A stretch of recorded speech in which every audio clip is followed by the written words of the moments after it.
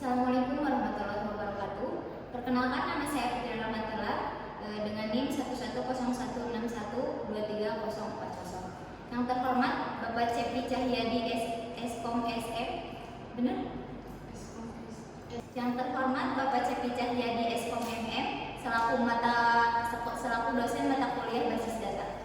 Di sini saya akan menjelaskan tugas terkait mata kuliah basis data yang berjudul Analisis Kasus Demam Berdarah DW atau DBD di Kota Tasikmalaya pada tahun 2024 menggunakan basis data.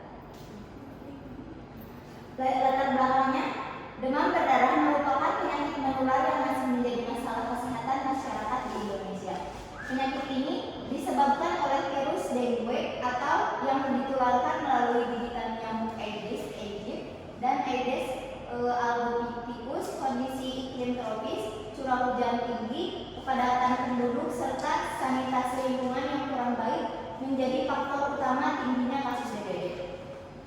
Berdasarkan data dari Januari sampai September 2024, tercatat 607 kasus positif DBD yang tersebar di 10 kecamatan di Tasikmalaya. Banyaknya data kasus dari berbagai fasilitas kesehatan memerlukan pengelolaan data yang terstruktur agar dapat dianalisis secara optimal. Oleh karena itu, pemanfaatan basis data, data warehouse, dan data mini menjadi penting untuk mendukung pengambilan keputusan dalam penanggulangan DBD. Tujuan dan rumusan masalahnya, penelitian ini bertujuan untuk menganalisis data kasus DBD di Kota Tasikmalaya pada tahun 2024 dengan memanfaatkan pendekatan basis data, data warehouse, dan data mini.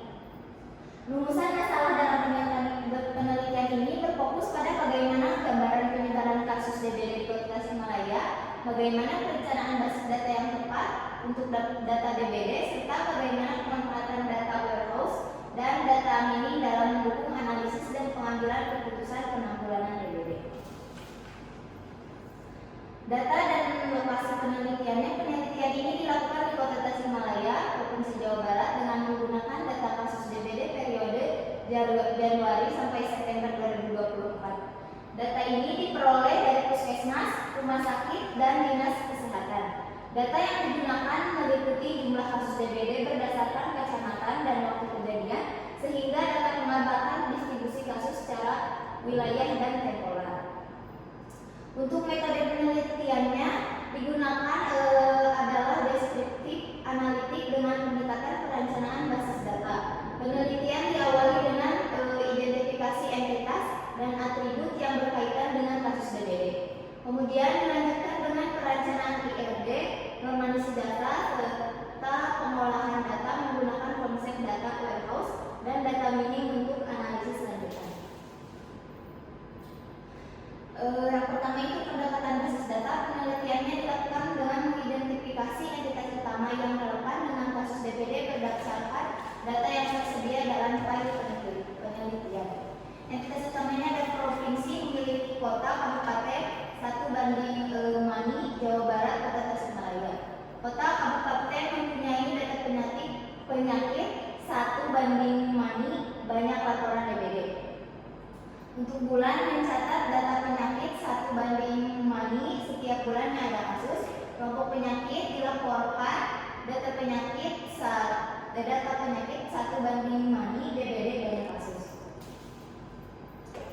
Selanjutnya perancangan IRD dan normalisasi. IRD digunakan dalam penelitian ini untuk memvisualisasikan struktur basis data dan hubungan antar entitas yang telah diidentifikasikan. Itu adalah gambar IRD-nya. Hasil normalisasi menghasilkan struktur basis data yang lebih efisien, mudah dipelihara, dan mendukung proses query menggunakan bahasa SQL. Struktur ini memungkinkan peneliti untuk melakukan pengambilan data berdasarkan wilayah, waktu maupun jumlah kasus, sehingga memudahkan analisis distribusi dan tren kasus DBD di Kota Tasikmalaya. Selanjutnya pendekatan analitik berbasis data warehouse dan data mini. Setelah data kasus DBD dan terstruktur dalam basis data, penelitian ini dilanjutkan dengan pendekatan analitik berbasis data warehouse, data mini, big data, dan analitik data. Data warehouse digunakan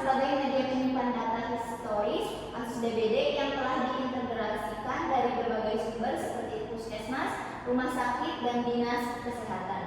Data warehouse dirancang dengan pendekatan skema yang terdiri dari tabel fakta data DBD dan tabel dimensi wilayah, waktu, serta penyakit. Pendekatan data mining digunakan untuk menggali pola dan kecenderungan dari data kasus DBD yang tersimpan dalam data warehouse. Teknik data mining yang digunakan dalam penelitian ini bersifat konseptual, seperti analisis clustering untuk mengelompokkan kecamatan berdasarkan tingkat jumlah kasus, analisis tren untuk melihat peningkatan kasus dari bulan ke bulan, serta identifikasi wilayah dengan risiko tinggi penyebaran DBD.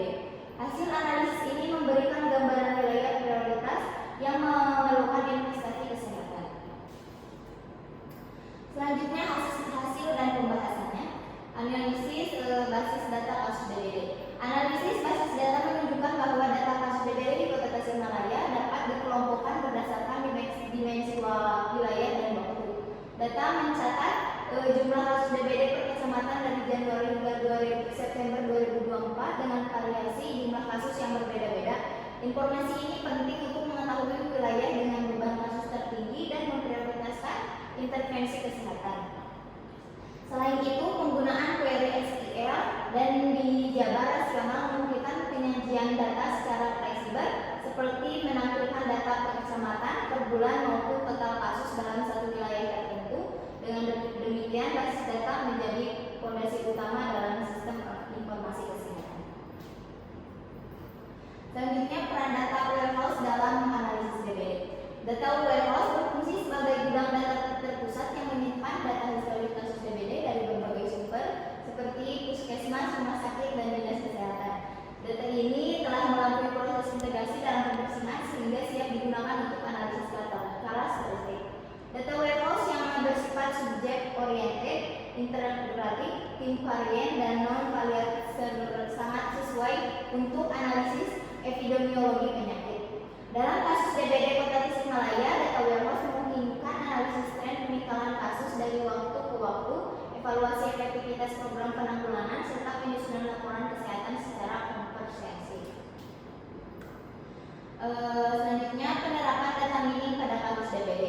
Data mining digunakan untuk menggali pola tersembunyi dari data kasus DBD yang tersimpan dalam data warehouse. Teknik clustering dapat mengelompokkan kecamatan berdasarkan tingkat risiko, sedangkan teknik klarifikasi digunakan untuk mengidentifikasi wilayah yang berpotensi mengalami KLB. Selain itu, analisis asosiasi dapat digunakan untuk melihat hubungan antara faktor lingkungan seperti musim hujan dengan peningkatan kasus DBD. Hasil data mining sangat membantu dalam menentukan wilayah prioritas intervensi dan mendukung pengambilan keputusan yang lebih tepat sasaran. Selanjutnya, dampak kesehatan masyarakat dan rekomendasinya. Peningkatan kasus DBD di Kota Tasikmalaya memberikan dampak yang signifikan terhadap kesehatan masyarakat dan sistem pelayanan kesehatan. Berbahayanya jumlah kasus DBD berimplikasi langsung pada meningkatnya angka kunjungan dan rawat inap di fasilitas kesehatan, baik di puskesmas maupun rumah sakit. Kondisi ini dapat menyebabkan keterbatasan kapasitas layanan, terutama pada periode puncak penularan, serta meningkatkan beban kerja tenaga kesehatan.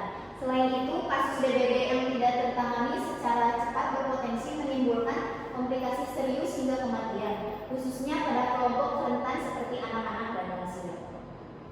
Dampak lain yang tidak kalah penting adalah menurunnya produktivitas masyarakat akibat sakit.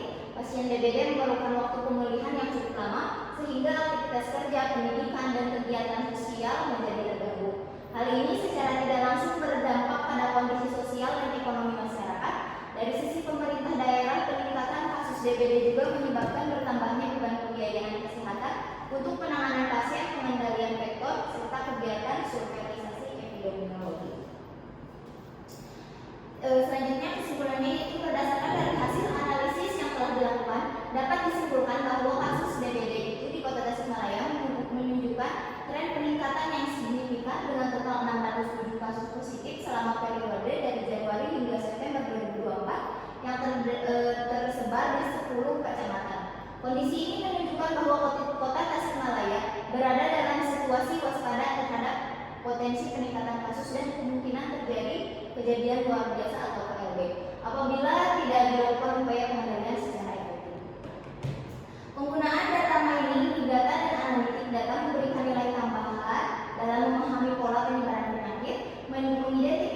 wilayah dengan risiko tertinggi, serta memprediksi potensi peningkatan kasus di masa yang akan datang. Pendekatan analitik ini tidak hanya berfungsi sebagai alat analisis, tetapi juga sebagai dasar pengambilan keputusan berbasis data dalam perencanaan kebijakan kesehatan masyarakat.